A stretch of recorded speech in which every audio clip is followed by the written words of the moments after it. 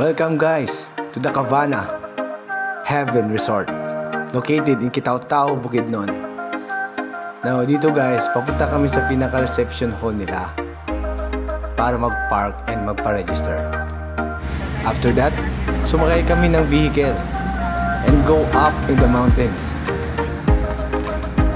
Ayun, kayo. Manila ang mga kuha, no? Wala ang mga rooms.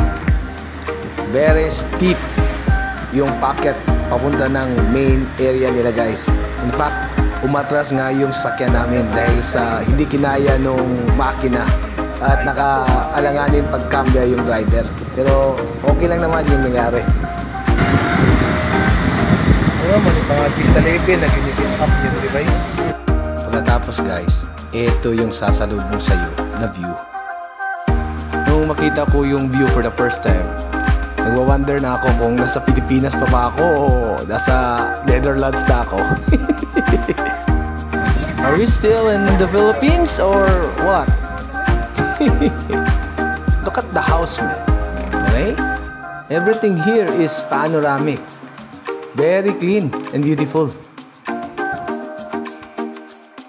Usually guys, yung mga pointed rooftops ay design ng mga bahay sa Europe for the main purpose na kapag umulan ng niebe or snow ay hindi mag-accumulate sa mga roof nila. Otherwise, kung pareho sa roof natin, kapag umulan ng maraming snow, bibigay yung mga roof natin kasi flatted yung mga roof natin. Hindi kagaya sa kanila na pointed and mag-i-slide lang ang mga snow. So dito guys, kahit tanghaling tapat, malamig yung hangin dahil yung clouds nag-merge sa mountain.